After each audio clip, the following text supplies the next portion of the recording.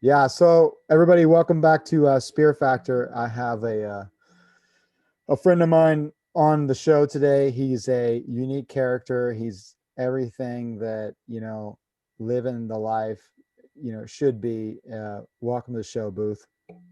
What's up? What's up, man? I'm trying, bro. I'm trying. Thank you. Good to be here, man. I'm finally on the Spirit Factor show. Yeah, dude, you made it, bro. I made it. This is my year, dog. Like, straight up, bro.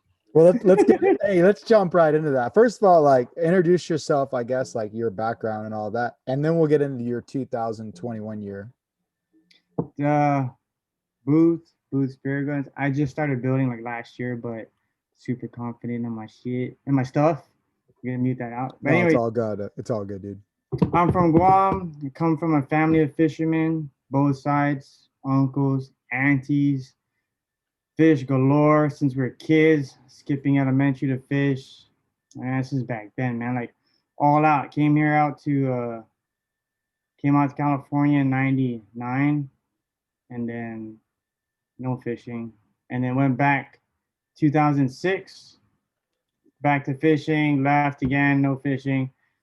Came back 2015, back to fishing, and then from there, I think things changed, and I saw the sport of it because growing up fishing is kind of different than what I saw with all the suits and stuff like that. Because we used to just fish just to eat. So I think 2015, 16 when I saw like a whole new world of it, with all Yeah, the I suits and call new guns and everything. I So yeah, call it like the Renaissance or something because a lot of guys were just doing it because that was just something they loved, and all of a sudden everything was like it was like an actual industry, and like it, the sport, if you want to call it that, like arrived, and it became like mainstream, I guess you could say. yeah, exactly. And it was trippy because I was like, man, what's these guys are wearing all this stuff, like fucking tripping me out. I'm still going in there with board shorts and no shirt with a spear gun. No, It I was, totally know what you mean. I was using, a dive suit, like or surfing suit, dive suit, whatever, for years, plastic, whatever. It's as long as I hit what I was looking for. yeah, exactly. Whatever worked, right? Right, just to eat or just to bring home something. Yeah, it's dope, man. So yeah, it's just been ever since 2015, 16, been fishing since. And then when Buddy came out and invited me to the Blue Water World Cup, that's when I really stuck with it. I was like, man, bro, I haven't fished in like almost a year or two since I left Guam. But I was like, I'm down to check it out. And then ever since then, bro, it's just on it, on it, on it. Like, fuck, it was on, you know? What when you weren't fishing, like what were you doing? Because I know you did some fighting, right? Oh no, I did jujitsu, MMA back in 2001 to 2005 and six, and then I quit that whole thing. Then I got back into jujitsu 2011, but it was no more MMA. It was just jujitsu, Right. and I worked with the brand Moya brand. That's what I currently work for, and we do I do all the art and for jujitsu. So a lot of the gis like Moya gis and stuff like that. That's all from us. And we're a worldwide company. We sponsor a lot of A athletes, celebrities, stuff like that. So it's really good. It's separate. It's like work. So the fishing is my whole like escape from that whole thing. Oh, But we 100. still know everybody in the sport, and we continue to donate to like gyms and charities and all over the world. So we're all over the world. It's international, like from Japan to Nicaragua to everywhere, man. Yeah, when you travel like for work, I mean, you travel for work, right? Yeah, I do. Not as much as before, but I used to a lot. I was going everywhere. Well, I remember I was talking to you a couple years ago, I think, and you were either in Nicaragua or you were in Costa Rica. Costa Rica. Yeah. Did you get a chance to dive down there at all? I did, man, but it was just a bad time. The guy, I should have listened to the dudes there because they were telling me that it just wasn't good to spearfish at that time of year. 'Cause so their summertime is December to I want to say March, something like that. Basically, our winter is their summer. So when I got there, there's runoff from all the rivers. So the whole damn Pacific, bro, is like black, bro, like just brown water, like mud water. So I was like, you know what, just take me way out. And even though they took me, damn, maybe 30 miles out there, it was still murky. I couldn't see nothing. So it was just a bad time. I didn't get to see or hit anything. Yeah, I've been there before, but those are the things where you just learn as you go. Now you know. Yeah, now I gotta Yeah. redeem myself this next time. For Maybe real. maybe bring a surfboard next time, you know? Oh yeah, dude. In fact, where I was staying was like the surf capital that hotel, his hotel, and right in front of the hotel was one of the best breaks in Costa Rica. They were telling me. Well, right on. Well, let's you mentioned the Blue Water World Cup. You want to talk about that? That was 2015 or 2016? 17? 2018, Oh, okay. 17 or 18. Was it 18? I think it might Oh, be 18. 18. Yeah, it's Yeah. 18. Yeah, buddy invited me. I never heard of it. I didn't know what it was. It just sounded crazy at first. The Blue Water World Cup. I was just like, man, I'm not a competition diver. I don't do that stuff, you know. But I was just like, you know what? If the boys are going, then I'm just down, you know. So if they weren't going, if it was some randoms, I would never have gone. But since Buddy and Minette were going, I was like, yeah, dude, I'll chance it. I don't know anything about it. I had to buy a wetsuit. I never wore a wetsuit. I had to get weights. I never wore any of that stuff. So I was just like, all these fins. I had to buy new fins. I bought all types of new gear. The only thing I had that I used on Guam was my gun, and that was it. So then we got out there. It was so interesting, bro. We meet all these teams from all over the world. Bermuda, man, I think some dudes from Africa, and then like some celebrity spearfishing guys. Buddy knew like a lot of them while we were there, but I didn't really know who a lot of the dudes were. Then Well, I found out later some of the guys. Booth, how was that transition from never wearing a wetsuit to wearing a wetsuit? What was that Oh, like? bro, it was the worst because even the wetsuit I picked was too small. So I was, bro, I had like a fucking cachinoo, or what do you call it? Can't breathe. Yeah, I can't breathe. The shit's on my ass, dog. I'm just like, oh, bro, it's killer, dude. And then like it was just all bad. But I got like a wahoo and like amberjack and some other good stuff, man. And we made out just like on the tip of the iceberg to like third place. So that Nice. was like for our first time, it was pretty exciting, bro. It was pretty cool. Yeah, I remember hearing Buddy talk about that, and when you guys got third place, that was awesome. Yeah, it was Yeah. cool. I was super happy. So you just kind of went like, I mean, you grew up. It's funny, people don't really understand, I guess. Some people do, but when you grow up just in the water and diving, surfing, whatever, just in the water, fishing, people, it's it's I guess it was just a way of life and it wasn't anything you thought about. And now here you are, you're, island boy from a little island in the middle of, Western Pacific. That's the part I love about it. There's no really commercialism on anything. It's just you just do this to eat. And here you are now competing at the Blue Water World Cup and all that stuff. And then you got like a taste of it. And now you're like, I'm going to make my spear guns. Yeah. And Even I didn't even talk to you. And then all of a sudden you're like, hey, Par, I bought like $8,000 worth of stuff. I'm making spear guns now. I got my company. yeah, yeah. Straight up. It was crazy, man, because like I hadn't growing up with the guns, it's crazy and I don't wanna I'm not gonna put any names out there, but when you get a taste of like everybody's gun, you can see where a quality gun versus a not so quality gun. When you're used to shooting really good guns and guns that really work for you, and then you go to something else and you're like, wow, how come it's like this? Or then you switch to another one that has a big name and you're like, oh wow, and then it winds up being kind of like not what you're used to again. So I'll say different. I won't say bad or worse or backwards, but it just to me they didn't they weren't right, you know, for me. So then building the guns, I had a local gun from a local maker, and I just man, it was just the best gun I ever had, and I wanted to replicate it. So then when um, I met a dude, and he said he built spear guns, and he said that I asked him to build it, and he said that he could build it, but I told him I just wanted exactly like the one I own. That's it. So I don't want your style of guns or anything. I want you to just replicate this, and I'll give you the parts and everything. He said he'll try, he'll look at it and tell me if he can build it. He wound up not even showing up. He had something to do. So he, when I went down to meet him, he burned, and I was like, just like, fuck, maybe it was meant to be. So I was like, you know what? I'm gonna build this myself. I'm gonna learn how to do this and build it myself. And bro, I have no experience in damn wood, bro. I didn't know what the hell to even start from. So I failed. What was it? Wood That shop. wood shop. Yeah, I was horrible. But when you're motivated, everything just starts coming back. So I found a guy. He wanted to be a Mexican dude owning a wood shop in San Bernardino, and it said I found on Craigslist. It said rent wood shop for like $100 or something, or $50. So I was like, oh wow, it's a full wood shop. I'm gonna bring this gun there, and I want to make it in a day, bro. I got there, and then I started thinking about it. I was like, well, I don't know how to use any of this equipment. Yeah, full on everything.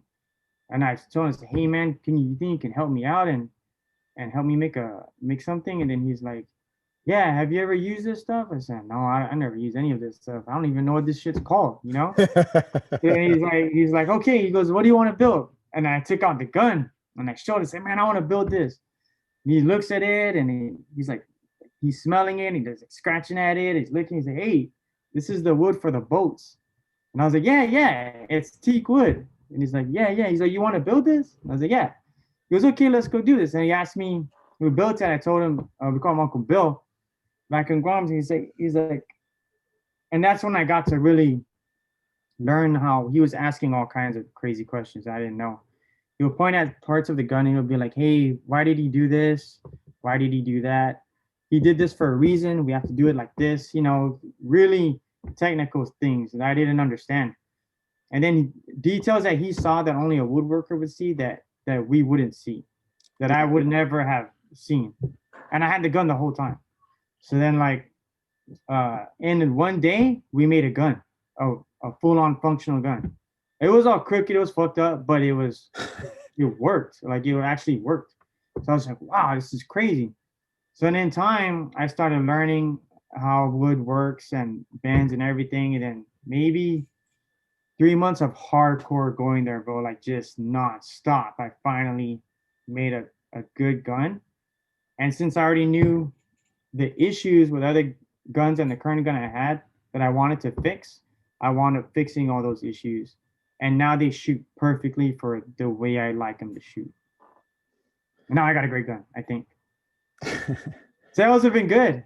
Yeah. I gotta be I love that story because it reminds me of when I decided to make guns too. I didn't know shit and I just went for it.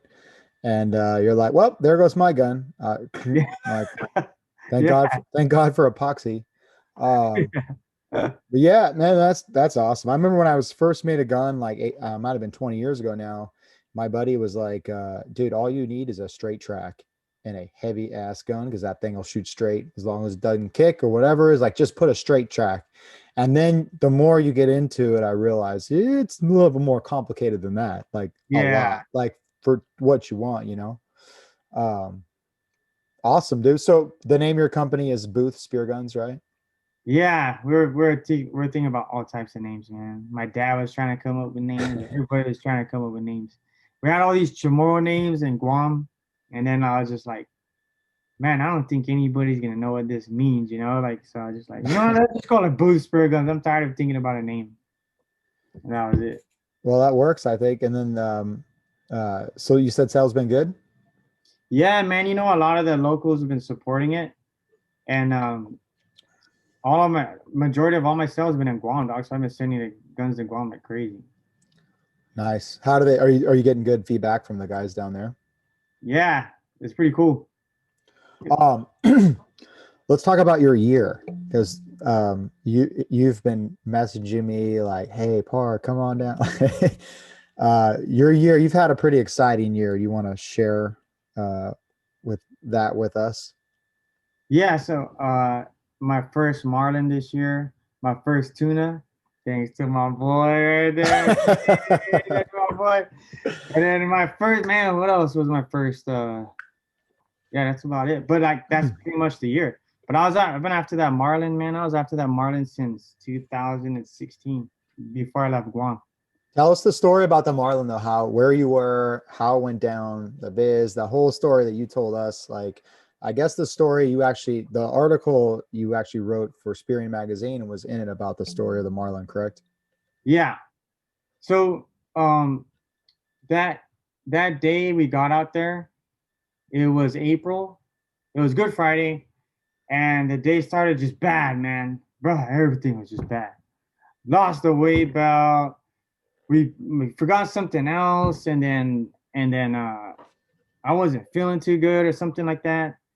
And everything was just bad, bro. And then my girl wanted to fish over here, and then her weight belt too. That's what it was. Even her weight belt. I guess we left both weight belts, and it was just man, bro. Everything was just bad. So then I was like, oh man, this day is just horrible. And I told Omar, I said, man, I think maybe we should just go back to shore. I was thinking, and then I was like, you know what, but we're all the way out here already, so let's just make the best of it. I'll just blue water the whole time since I got no weights and look for something. The water was murky, and it was just all bad. So we got to the island. Um, what's the name of that damn island? Lorenita. And I was like, let me play the shore. So my girl's playing the shore. She shot a little grouper. So I was like, okay, cool. As long as you know how that works, though. As long as the girl's happy, you're happy. So I'm just all happy already that she's happy. That's So the I'm first cruising around, priority. cruising around. That's the first Ah, that's the first priority is what do you need? Okay, get yeah, that yeah, first, and then I'm good to go. exactly, Yeah. exactly. So then I was cruising, and then I wound up. I had just made the gun. It's like a roller. That this bad boy right here, baby. So I just made this, and I decided like, man, I took a surface shot at a grouper that came up, a cabria, Yep. and it hit him spot on, boom. So okay, this is cool. So I got a fish. I'm happy. Next thing you know, they pull up. My girl's on the boat, and she pulls up with the captain. We had already dropped off my other friend for some yellowtail. He was going like 80, 90s or something like that. And so they're like, hey, there's a marlin. There's a marlin. So I was like, what? A fucking marlin? Like in April? And I was like, shit. I'm just like, are you sure? Yeah, sure. Then they're like, get on the boat, get on the boat. So I was like, fuck it, get on the boat. We didn't even really leave the island. I got on the boat, and as soon as he started going, to see the marlin from the surface, like a shark fin. So I was like, shit. I was like, man, is that a marlin? And then the captain's like, get in, get in. So I fucking jump in, and like the water's so murky that I can't see anything. And when I pick my head up, his fin's pretty close, like a bus length away. So I was like, damn, what can I see? Like you could see in the camera, I was running the GoPro, you could just see my head just keep going up and down like that. So finally I was like, man, I'm just gonna follow the fin. And when I get super close, I'm gonna like put my head under. So I started following him, and he wound up like coming near me, and bro, super close, maybe like less than a car length. And I put my head down, and I barely saw him. So right when I saw him and I pointed, he like turned his tail towards me. So I just like, damn, if I take this shot and I miss, he's gonna boost off, and I won't have another shot. Maybe he'll get curious and turn around. So I waited, and I just saw the tail just cruising out. And I was like, fuck.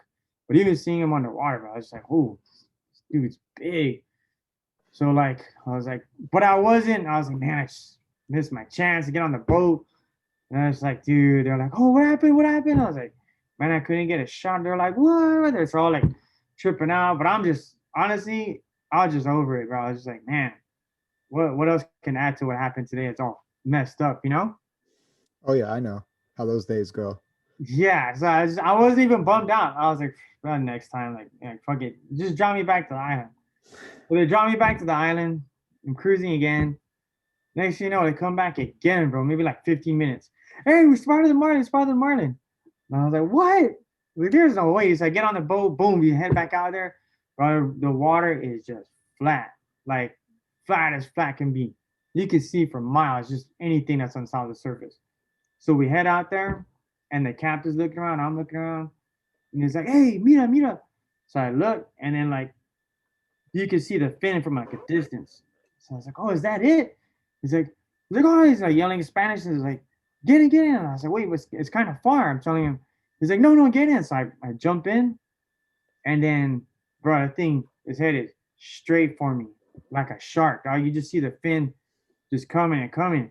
Oh, my fucking heart is just pounding, bro. I was like, whoa, dude. Fuck, I don't even know what to think, you know? Like I just keep going like this and keep going like that. It's still murky. I was like, man, I didn't even want to swim towards it. I was just like, I was kind of honestly like backing up a little because I was like, fuck, this thing's just coming for me. So next thing you know, finally, like I look down, bro, I catch him right there. We meet eyes. He turns. As soon as he turns, I point to take the shot. It hits him like between the gill plate and like the fin. And I see him boost off, and you see the buoy just taking off. So I was like, "Oh, fuck, I got him, I got him." So I'm yelling, everybody's yelling.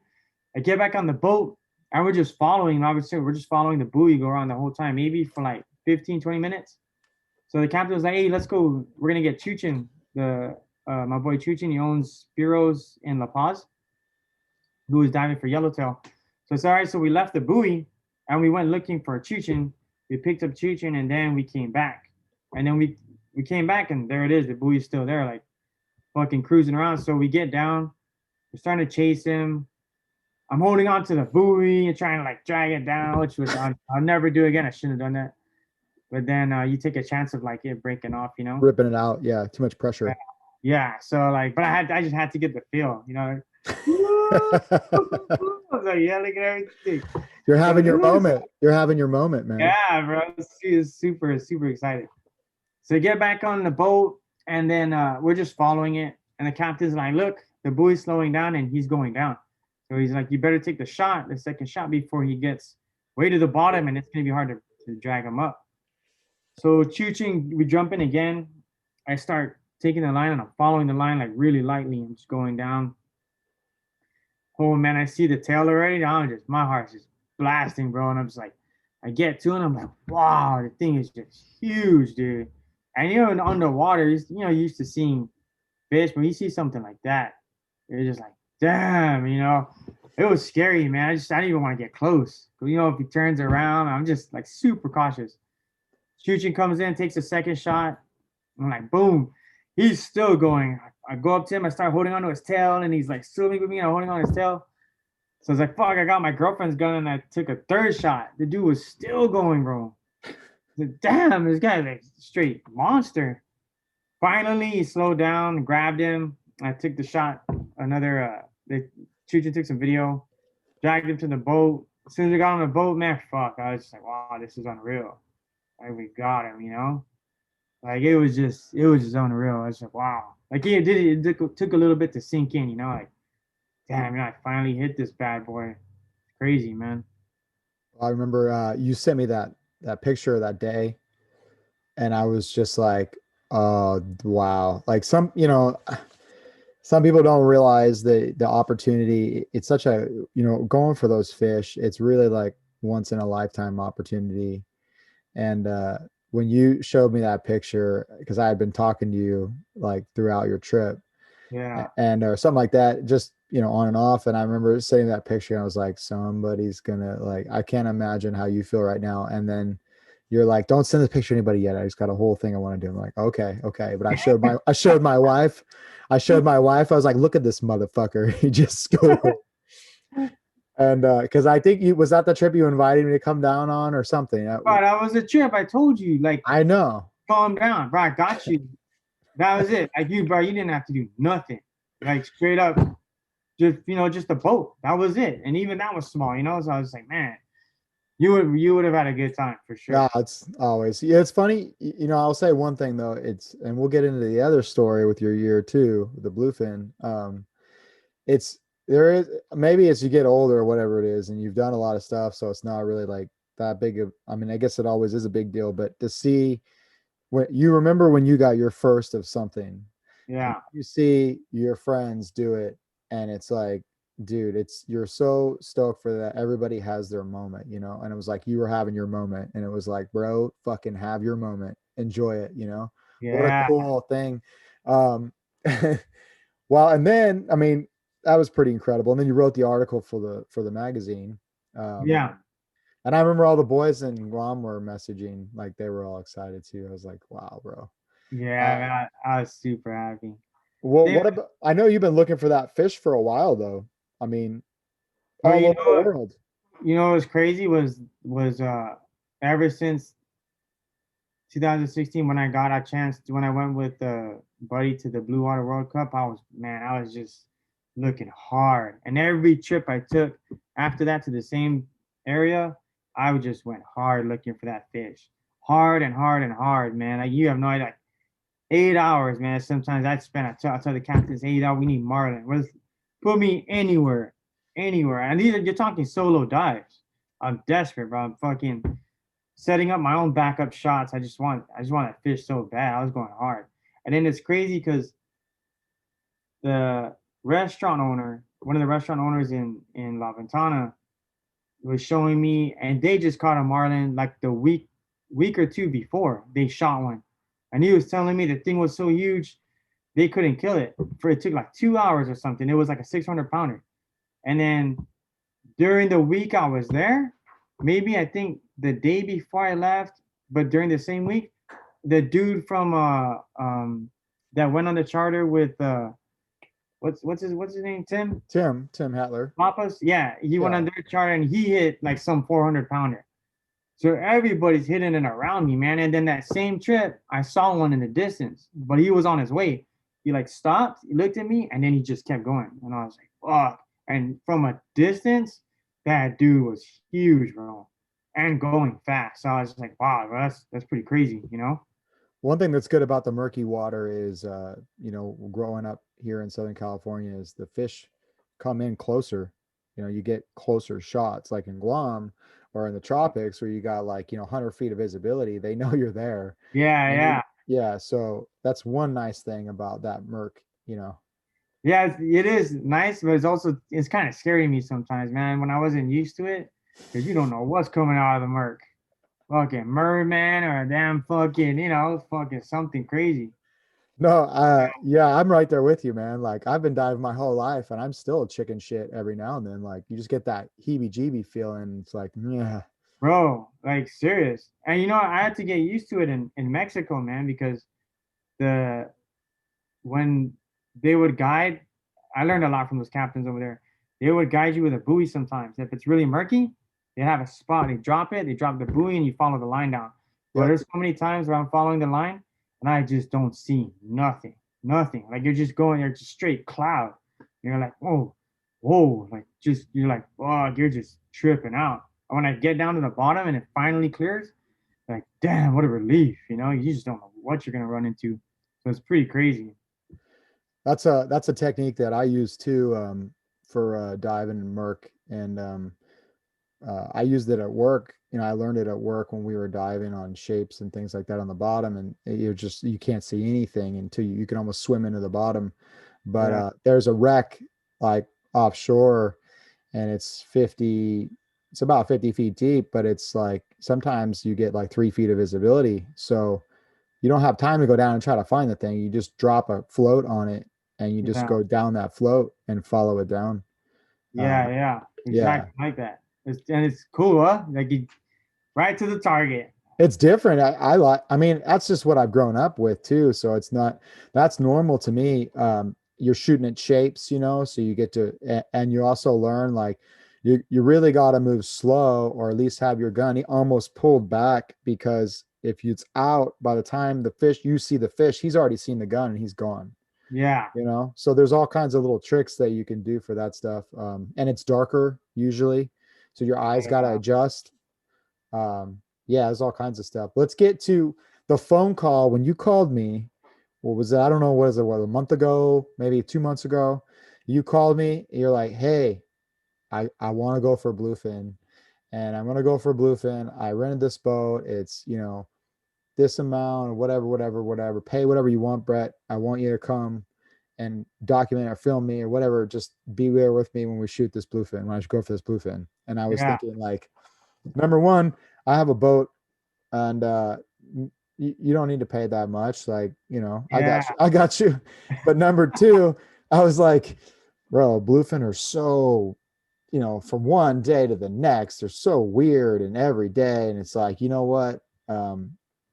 I respected what you were trying to do. And I was like, I'm going to look at my schedule. I'm going to take the week off of work and we're Yeah. going to go every day until you get a bluefin. And the reason why, because you said you were moving back to Guam. And I was like, well, all the more excuse. I mean, what a great excuse just to go fishing, you know? Yeah. Yeah. And so, and I took the whole week off. I was like, okay, look, like the wind is bad on Saturday. We'll go on Sunday and then we'll just push it all the way to Thursday. We're going to get a fish at some point. I was keeping my fingers crossed, we'd get a fish. And then like take the story from there. Cause it was fun, Yeah. Man, it's super fun. I've made the drive from, I'm up north right now. So I'm in by Napa. So you're talking about a crazy drive, man. like 10 Got down hours. to, yeah, I got to LA. I was like, man, I got two, because I was thinking we were gonna dive Friday, Saturday. But when you gave me the schedule Sunday, I had already like scheduled everything to go. So I was like, let me just spend like 2 days in LA. I wound up getting super just partied out, wasted, dog. And I was like, I recovered Saturday. And I was like, man, I hope I recover in time for Sunday so I can do a dive. So then like Saturday night I drove. I felt okay.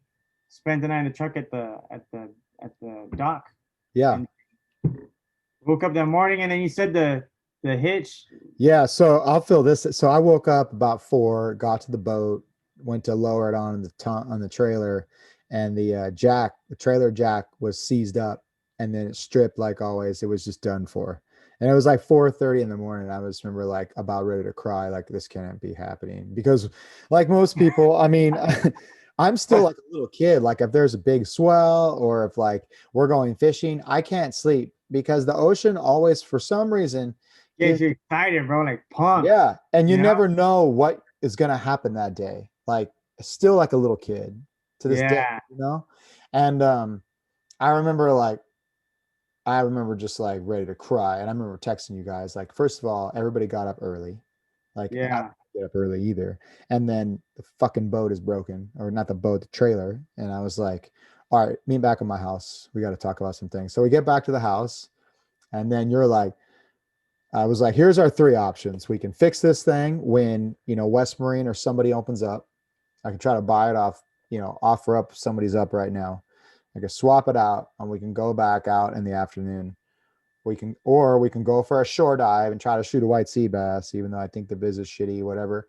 Yeah. Or we can just call it a day. I'll fix the boat and then we'll go out tomorrow.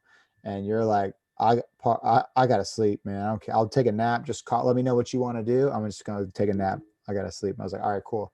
And then John was with us from Cast and Yeah. Spear, and John was like, well, I drove all the way down here. Again, everybody, you guys all drove down, and he's like, I want to go get some bluefin.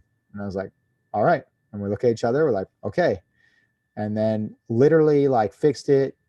As soon as the doors open at 8 o'clock, went and bought the jack, fixed it. It was like 9:30. It was done. My wife helped like drop John off and like do some logistical stuff. And then like, cause he could help me drop the boat faster. Otherwise it's just me. Cause I keep it on base. And, I remember like I text you, I was like 10 o'clock, dude, meet me. And you're like, I'm on my way. Yeah. Yeah. Yeah. It's crazy because when I woke up and I got the text, I think I woke up to the text and it said the trailer was broken or something. And I was just like, oh wow, that's a sign. I can go back to sleep. So I'm fucking passing out. And then you're like, I think then you said meet at your house. So we met at your house. But honestly, I was still fucked up. Like I was just like, man, I'm not good. I wasn't good to dive. I wasn't not good to dive, not that bad, but You're just pretty much exhausted. like, yeah, I was like, oh Russ, man, I think it's cool. We just call it a day. That's what I just said. No, I I'm remember down that. for whatever. Yeah. That's the But I'm down for whatever, meaning please, please, please say no. Yeah. Yeah, and But I then was like, nah, fuck that. Like, I'm too stubborn for that stuff, man. no, I feel, but it's a good thing. Obviously, it's a good thing because even Yeah. after we met at your house, I went to Umi Sushi, Yep. the one right by there, right? Yeah. Umami Sushi, and I passed out in the parking lot. Right when I pulled up, I was like, wow, I fucking out, and then I wound up waking up to the text that he said to meet at the bay, and I was like, oh wow, I was straight up like blacked out, and I felt so good when I got up. I was like, oh man, I'm fucking ready, dude. Let's go. Yeah. We're So about to dock, bro. the thing, Yee! so people don't understand. So the thing that I love about this gentleman we're talking to is like, it'll be 4 o'clock in the morning, 5 o'clock in the morning. Everybody's tired and you're tying the boat up. And here he comes. He's at the top of the ramp. He's like, let's fucking go. Let's go, boy. And I'm Oh, like, ready, all right, we're doing this. Here we go. He's here. Let's go. ready, bro. And yeah, we were heading out, and I didn't even know what to think. I just was. I got a phone call from my friend, and he's like, "Hey, they're getting him at the 9. Like they're seeing fish at the 9." And I was like, "Okay, cool." And he's like, "Well, that's not why I called. I want to talk to you about whatever." I was like, "Okay, cool." Right as we were passing the fuel dock where he owns it, and he's like, "Yeah, they're getting him at the 9." I was like, "Maybe that's a sign." Okay, cool. So we were heading out. I remember like nobody wanted to get in their wetsuit or whatever, and we get out there, and then we start seeing them. Like, Yeah. he's, Man, honestly, I didn't think we were seeing that fast. So I was just like, I was so used to taking those trips with you to San Clemente. yeah, So I really thought that it was going to be that long of a ride. So I was ready to pass out on the boat. And then when you stop the boat, you're like, okay, we're here or something like that. And I was just like, whoa, are we really here? Like, I was like, wow, that was super fast. And then we're seeing the boils. I was like, oh wow, you're like, hey, you're like, look, that's tuna, it's tuna.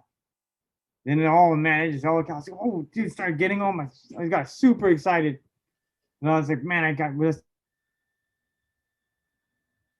let's go. So we get it. I remember got down and then I wasn't seeing nothing, but I could see bait.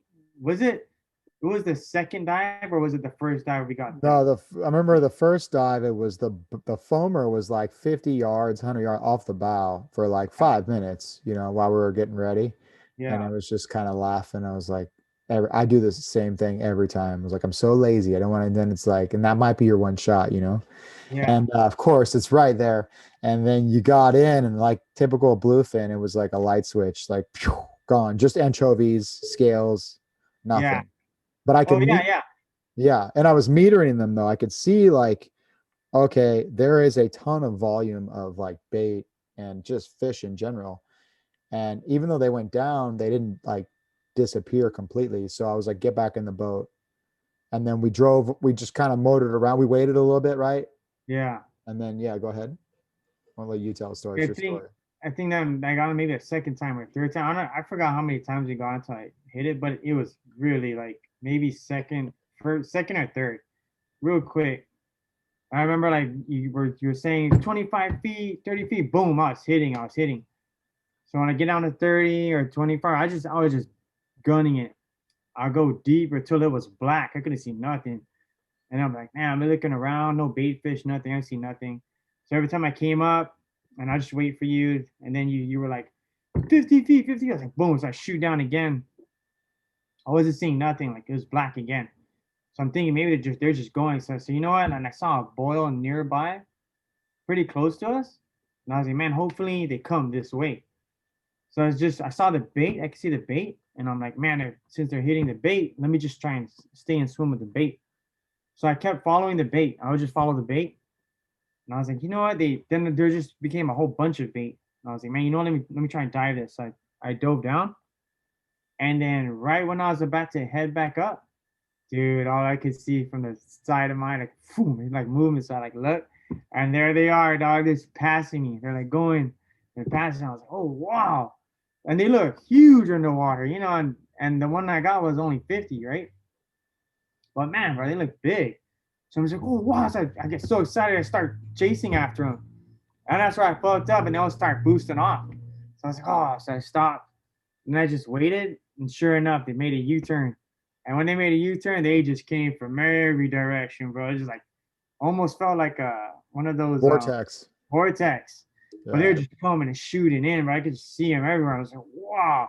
So I just took the closest one I could, fucking boom, took the shot, headed out on the line got tangled on the rubber of the gun because I didn't cock all the bands. I only cocked like 4 bands. I left like 2. And when he shot up, he took the gun with him, and I was like, oh, fuck it. I'll just fucking pull out the surface. So, man, I was so excited right when I got to the boat. I was like, woo! Fucking did the rooster crow, bro. I was so excited. I was watching the line go down. And then next thing you know, the buoy wasn't dragging no more. And I was like, oh, shit. And I grabbed the line, and the line was limp. So I was like, fuck, dude, he tore off, you know? And I was like, fuck, dude, I was already bummed out, and I started pulling on the line. And then I could see my gun coming up, and the next thing you know, he's on the line. And I was like, holy shit, he's like limp, like just dead. He felt look like he was dead. I was like, oh no way. I started fucking super excited about just pulling him up. Finally I bring him up, and I was like, whoa, I got one. And the first barb went through. Only the first. The second one didn't get to go through, but hey, shout out to Dean, man, from Addiction Spears. Fucking killer stuff, man.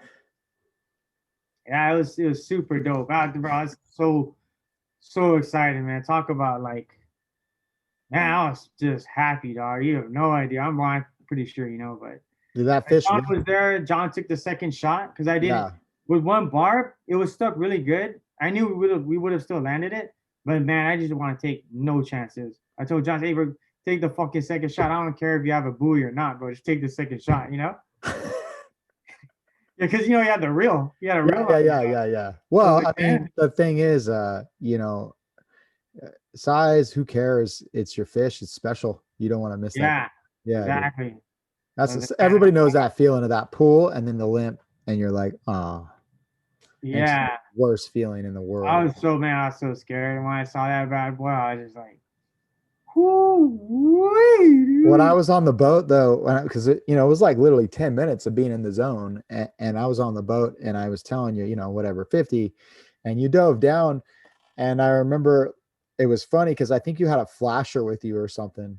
Yeah, I was trying to use the flasher, and I was like, this Chamorro, like, bro, forget the flasher, let's go, buddy. Like, we're not diving in the tropics, And yeah, I'm trying to use anything, bro. I was just fucking so desperate for a fish.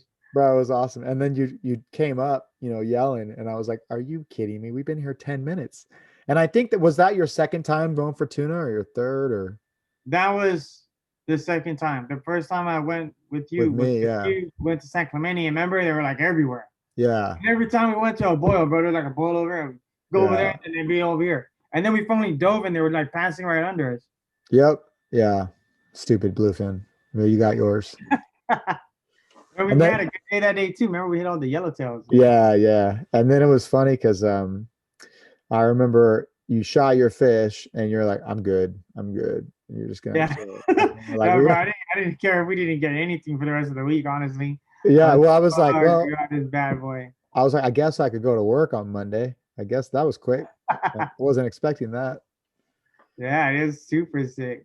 Oh, we got it, man. I was happy. You sent me the video of how did you guys cook that fish though? Like, what was the excuse me, what was the way? How'd you guys do it? What I did was I filleted everything with the skin first. I took off all the meat, and then we took the spine and the head. I took the head and I split the head in half, and then I took the tail. I put the tail in and the spine and the head in the grill. And we grilled that, and then I cut the fat part in the bottom, and then another fillet we made sashimi and calaguin, little bit of calaguin, or what's calaguin in English? But just the sauce, right? Just the vinegar. It's like a type of local. I want to say a type of local ceviche, but a whole other area, but it's somewhere near Asian style, I guess. Yeah. Or island style. But yeah, we made that, and then the family was going crazy on that fish, bro. Everybody was just, man, bro. It was like vultures, dog. Just everybody was on it. My auntie, as soon as the head came out of the grill, my auntie was in that bad, but she didn't even finish her workout. She's already fucking chowing down on this shit. Like, damn, dude. Like, yeah, but it felt good to watch everybody really enjoy that, you know? Yeah, that's what it's about. That's So, why. man, that was cool. Yeah. And I still, man, that one fish, there's so many fillets I got in the fridge from that one tuna, man. That's what people don't realize about tuna is the fact that like, you get an 80-pound fish and you can get like the majority of that, the vast majority of that is all meat. And then you're talking about like Bro, 5 pounds of waste. Like yeah. that's it. Unreal. Like all the meat that came off that fish, unreal, bro. I couldn't believe it. Like, Yeah. unreal. Tell us what Caliguin, can you explain that a little bit? Like how to make that? Calaguan's like it's an old school traditional dish from Guam. You put lemons, and usually it consists of it has to be the local stuff, usually for like a genuine one. So the local lemons, they taste different than the ones out here. And they gotta be the small ones. You get lemons and you got hot pepper and you got soy sauce and green onions. If you want to put green onions or regular onions, and you use the lemons and you let it soak a lemonchina, and then like as you let it soak, you can either put a little bit of soy sauce or more onions and salt, or you can leave it as is, and then it kind of cooks like that. But then and then you add a local denancy, the local sauce, the hot pepper sauce from the local peppers, and then you really gets that.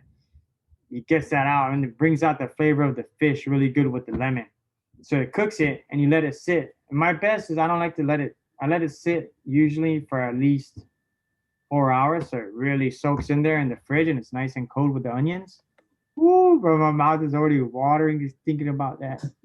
Mm-mm. No, yeah, I love that was some of the best things about traveling, different places is seeing how everybody does their own fish, their own local traditions and stuff like that. Yeah. That was one of the coolest things I think about going down to Guam. And then just like you ate the fins, the tail fin. Oh, bro, I love fins on fish. I Yeah, love fins when it's barbecued or fried, yeah. because it's like chips. Uh-huh. So I like, what I'm saying, as soon as that I see the tail or the fins are crispy or brown or almost black, whoo, bro, it's like Doritos, bro. Well, and I know two people do that with scales as well, right? I never tried it with scale. I've seen people like cook scales, like big scales from like say a parrotfish or yeah, just like they cook scales and try to make them like chips. John was showing me that one time. Oh, And really? yeah, I've never tried it. But I mean, he said it was all right. But I know a lot of local people in certain places. I think it was real popular in Asia. They do that as well. I'm But gonna try that, man. I yeah, actually took the scales from the one parrotfish I hit. I made earrings for my girl. Hey, nice. How'd you do that? from me, babe. I took it. I took it and I put epoxy. All right, okay, you I just coded put it. epoxy. Yeah, I coated and I drilled a little hole through it. Some nice little parrotfish earrings from Tiffany's. $2,000 earrings, fish earrings, babe. Earrings, yeah. Yeah. So what's next for you? Like what you've had a hell of a year so far. What do you think? I mean, the summer ain't it's not even over with yet. We got like a good 4 months of fishing still. I mean, what do You you? know what? Man, bro, it's kind of hard. Just like I already hit all my goldfish. Yeah, So I was thinking, my girl has some family in South Carolina, so we're supposed to go out there in the next couple weeks. So I wanted to do a trip out there because I have an account with Maverick America, sponsored by Maverick America and Steve Alexander. So we might go out there and dive with Mark from Maverick America and then check that place out. And I wanted to make a trip to Massachusetts to get one of those big bluefin tunas, the super giant ones. Those guys be killing out there, man. or are you gonna fish for them because you can't spear them though. You can't spear it over there? No, otherwise that place would be like, yeah, you can't spear them. Yeah, that sucks. The visibility sucks too, I guess. But yeah, you could fish them. Uh, there's yeah. So where all have you been in the world? Like when you're traveling, we're talking about traveling now. I mean, there's places where um you know, there's places in this world that have some pretty amazing fish. The thing is, they're off the radar because they're not, you know, public knowledge, I guess. They're not common places. I just hit the microphone, excuse me. What's next for you, like as far as traveling, other than, I mean, would you have places you want to go to or check out? Yeah, you know what? I want to go back to Palau, man. Palau, I gotta redeem myself, dude. 'Cause I went over there and it was, man, bro. The fish over there were just unreal, like super unreal. You're talking like dinosaur land and prehistoric times, you know, like that's how it feels like when I dive over there. I was just like, man, this is too good to be true. And I had brought a messed up gun, and even the locals were laughing at me because I brought like this plastic gun. And I don't know if you know how it is back in the islands. A wood gun is a man's gun, you know. And if you use other stuff, dog, it ain't looked at as a real gun. So when I brought that gun, not only did it not work right, I wasn't catching shit with it. So I was so pissed off, dude. And I was like, fuck, I gotta go back over there. I gotta go back over there. I want to go back over there. That place is, if anybody wants to experience some just unbelievable marine life, man, like Palau, Palau, So unreal. the message is Palau sucks. Don't go there. Yeah. Right? Or at least Yeah, wait for us to go there first. yeah, it was sick, man. Along that note, though, too, I have heard the same thing. Not necessarily even spearfishing, just in general. Like the Palau, like the country of Palau know what a vital resource the ocean is to them because of all the tourists from scuba diving and all of that. And Exactly. they are not fucking around. They protect No, it. no. You can tell because it's amazing. From everybody I know that's been, from all the guys in Guam that have been there, they all say the same thing. It's incredible. So Yeah, unreal, bro. Super unreal. I was seeing schools of fish there that I never even seen a pair of, you know, right. in Guam. Or I was seeing schools of fish that I never even seen on Guam that I only hear about. Like, oh, I remember when I hit this long time ago. I was like, oh wow, and I'm seeing whole schools of these fish. I just couldn't believe it. I was like, man, it's curious. Like I think it's Guam like 100 years ago or something, you know? Yeah, I wonder, um, you know, that place, I wonder when they, has it always been like that, or when did they start protecting? I would love to look more into the history of it and try to use that place as a model for like maybe other places, so that, you know, because I mean the Western Pacific is really fished out in a lot of Yeah. places, you know, and I don't know what they're doing to avoid being on the radar of commercial fleets and all of that, but they're doing a good job of what they do. So Yeah, I think there's like a law passed too where commercial fishermen can't even come nowhere near like a certain zone. right. I don't know, from the islands or something like that. Well, I think that's in a lot of places. The problem is they don't have any way to enforce it, you know, Oh, a lot okay. of smaller countries. Yeah. And so, I mean, I don't know. I would take the job on if people want to pay me to do that. I'd love to go down there and do that. Right? That'd be cool. Just hang out and do that. But yeah. So, I mean, are you going to do the Blue Water World Cup again, or? You know what? No, man, I'm not really a competition type of spear fisherman. You know, I love to fish just to eat and like experience more water stuff, you know? Yeah, I Being in the understand. ocean. Other than that, man, I'm not really if the boys join again, then that'd be cool because I just want to be with my friends, you know? So No, I'm right if there you with you. go or someone else, you know, one of the boys, dog, I'm down to go. Yeah, I'm right there with you. Competition never really was a thing for me because you just, Yeah. it's just it's not that it's a bad thing. I just never, that's not never what I did this, you know. Yeah. um I am competitive, but like, then again, like, not really with spearfishing. It's just my little getaway from everything, you know. Yeah, exactly. It's like a getaway. Like Yeah. you're going to what do you call it? Your relief or your stress reliever, stuff like that. Oh yeah, yeah. Well, I mean, is there anything else you want to say, Booth? I could talk to you for 4 hours, but I know you gotta go. No, I mean, you know what? Just, man, thank you for having me on the show. I Oh, just, anytime, I brother. got this opportunity. I'm finally here, baby. Don't forget it's booth. Oh, Yeah. bro, it's an absolute pleasure to to work with you on the show. It's an absolute pleasure to be associated with you and to have you on the boat anytime, brother. I mean, if any of you guys out there, like I know a lot of people um, write things about how to get invited back on someone's boat and do this and do that. But you know what the number one thing to me is like an attitude. If you show up like ready just to fucking have a good time and you don't care Yeah, as long as you have a good time, like I remember like every patty we stopped at, there was bait, and you're like, I'll jump in, I don't care, I'll shoot it. And we were just laughing because yeah, we are like, I just want to eat. He's like, I just want to eat. I don't care. I'll shoot whatever I gotta eat. It just was like yeah. Oh it yeah. just reminded me of I like lo- I love that shit, dude. I love that shit. yeah. And then like you said, the camaraderie and the brotherhood, the boys.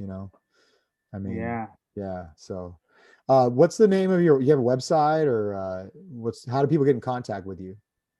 It's boothspearguns.com. But currently, like, I'm out of handles and I can't, I'm building guns, but even with the orders, I'm kind of backed up because I don't have handles. And plus, two, it's hard, man. Like, I try to build and sell just two a month because it becomes a job, And to a shout outs to gun builders, bro. Like, damn, especially if you're really into it and trying to provide the best gun you can provide. Like, it's the difference of making your own gun and making it for a customer. Remember we talked about that. Yeah, So it's a like very one, labor intensive, man. It takes yeah, like 30 hours, like it takes forever. yeah, it's serious, man. Especially if you want to give your best. So I try to build or sell at least two a month, and then not make any. Build two a month only, and if they sell out, it's cool, which they've been selling out. But right now I'm out of handles, so I'm backed up. If anybody wants info, or you could just email me, and then I'll put you on a list for what you want. But I don't make custom guns, so that's the thing. They're made as to what's available. So you got 55-inch, 60-inch, tuna gun, and a 49-inch, and that's it. So just like your guns that you particular make, they're just your standard guns. These are my models. This is what I make. Yeah, that's it. Okay. I don't like building no, hey, can you add this and this and that? No, I'm not gonna do that. Or can you put this color band? No, bro, I don't do that. I make fun for you to hunt and to get out there and get yourself some food, bro. That's what I do. Some Right on. smooth, really good smooth guns, bro. Um, Okay? yeah, I remember, well, one thing you jumped on the boat with your gun. This is the part that I love. Forgot about this. With the bluefin, you had party for 2 days, tired as shit, jump on the boat. We go out there. It's like the afternoon. You hand me your gun. I was like, have you tested your gun? No, I just made it. I haven't even tested it yet. I was like, well, probably should test it. He's like, I'll test it on a fish. And I was like, all right. And then when you dove down immediately and shot the fucking thing, I was like, this guy, dude, incredible. Just added the whole story. It was so funny. I mean, I just loved it. It was so awesome. I'm confident in my guns, man. Confident. You Yeah. know, speaking of this gun, uh, I wanna make a note, and I want to make a shout out to all the old timers, man. Like um, what's his name? Steve Alexander. Tommy Steve Baja. Alexander, Tommy Bota, Yep. um, Terry Moss, and those guys. Like I was when we were taking. Remember we talked about the trip in the beginning, and I wanted to build a tuna gun because I remember reading an article by Steve Alexander, and he was like, "Oh, you can't bring a knife to a gunfight." Right. So he had talked about his gun, and what I did was I went back on all the old photos of these guys hitting like 600, 700 pound tunas, bro. And these guys, they had gun making down. You're talking about dudes that there was no social media, there wasn't time for interviews, for any of this stuff, bro. These guys just worked on a craft and they worked on it hard. So I took note of all the guns the styles that they were making, and I noticed like the wings on them. So I made this based off of Steve Alexander and the Tommy Bota guns, and it's a wing, and it's only a 4 laminate gun. And you could take these wings and it becomes a regular spear gun. It's a 65-inch, and I knew that the wings made such a difference. And bro, it did. Like I kind of took a far shot on that tuna. I was so confident, man. I was like, bro, I know this will just hit it hard, and it worked like clean, man, real clean and real smooth. Rife So, has kind of a similar design too that they've like tried and tested, and it's been proven. And I think the wings, what the wing does is it causes it to, it stops it from kicking up Yeah, because it exactly. displays so much weight. That's why if you Yeah, look at the one gun I built, it's like a 2x4, and yeah, yeah, it just goes straight back. So it might kick hard, but it's not going to flip up the end of the shaft as yeah, an exit. exactly. Yeah, Yeah. yeah. And those dudes knew, man. So it's just like, fuck. Made a note and I made it, bro. I'm like hardcore, and I finished this maybe 3 4 days, bro, before the trip. I had just finished the gun, so it was nuts. I didn't even get to seal these wings. I just put oil. Oh, that works. Yeah, so it's man, I'm just, things a beast, bro. With the shortage of handles, have you ever considered just making your own handle, like laminating a piece of teak and then carving it out? Yeah, so I did make some handles, It's a lot of but work.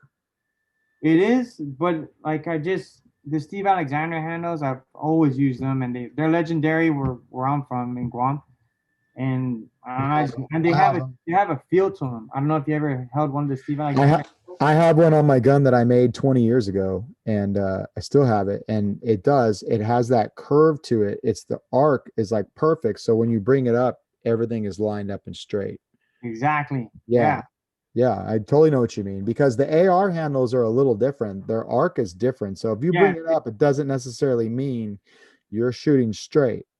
So you Yeah. still have to aim. With those handles, you bring them up and fire. Like, Exactly. That's yeah, exactly it. And it's crazy, man, because it has some when you hold the handle, it has some feel in it that just feels right. It's everything weird, is and I grounded. never get that with any other handle. Yeah. So So what I did get with what I have gotten is I took a piece of teak and I laminated it, and then I took a Dremel and I shaped it to fit my hand. But yeah. I'm left-handed, so it fits like my hand and my hand alone. Ah, And okay. it's incredible. It's like the shit. But it also, I was on deployment. I had nothing else to do, so I was just doing that because it Yeah. takes some time. But for those handles you're talking about, those Alexander handles, like they just work. They just bolt on and work.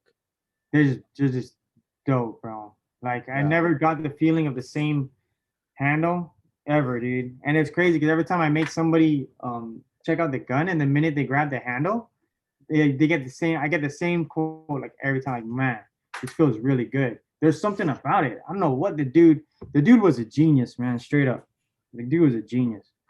Well, I think people don't realize too. You really have to forget about the fact that communication was just mainly by mouth. Like, and it was a bunch of dudes in their garage, and like that's literally what happened is like over time. So now it's like if you have a question, just Google it. Well, these Yeah, dudes were like calling them up and just trial and error over years and years and years. exactly. Yeah, which allowed them to really understand so much more. And I would imagine these guys are laughing at some of the shit we come up with today because they're like, yeah, we did that back in like 1975. Bro, exactly. That's exactly what I think sometimes, man. And I look at the guns today, and I feel like gun making kind of went backwards, you know? And when I look at a lot of stuff, and it doesn't make sense to me. Like, man, dude, like, why would you do that when it's already been proven to do this, you know? Yeah. Like, like I don't know, Like, I different. mean, I'll tell you like one thing, like my gun that I've made 20 years ago, that's a fucking cannon, but it shoots straight. Yeah, Um, I've seen that thing. That's a yeah, bad boy.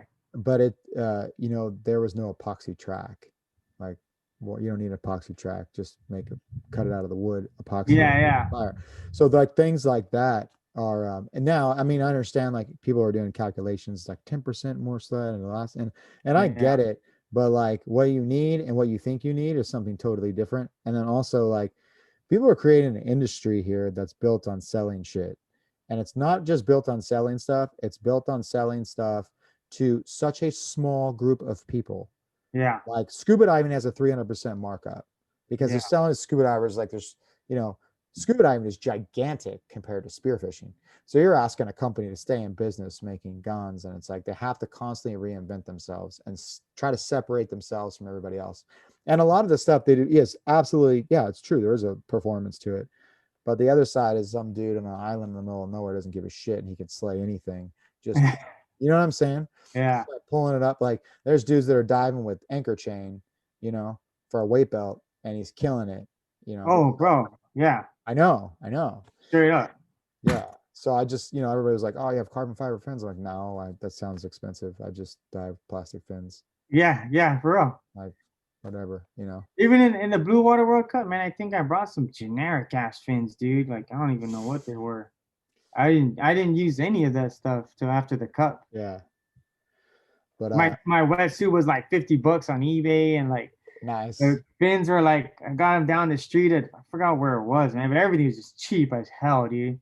One thing we didn't talk about was that like 90-pound rooster fish you shot at like 90 feet in the Yeah, Merc. yeah. Yeah, that was, you told me that. I was like, is that a world record, dude? I was like, that's a world record, I think. Like, you were almost at a world record, and then you kind of laughed. I Like, don't know. whatever, That dude. thing is huge, man. That was Yeah, huge. I that was couldn't believe it. incredible. It was bigger when I finally started pulling it up, and I was like, "Oh wow, fuck!" There's I a lot just of dudes. laugh.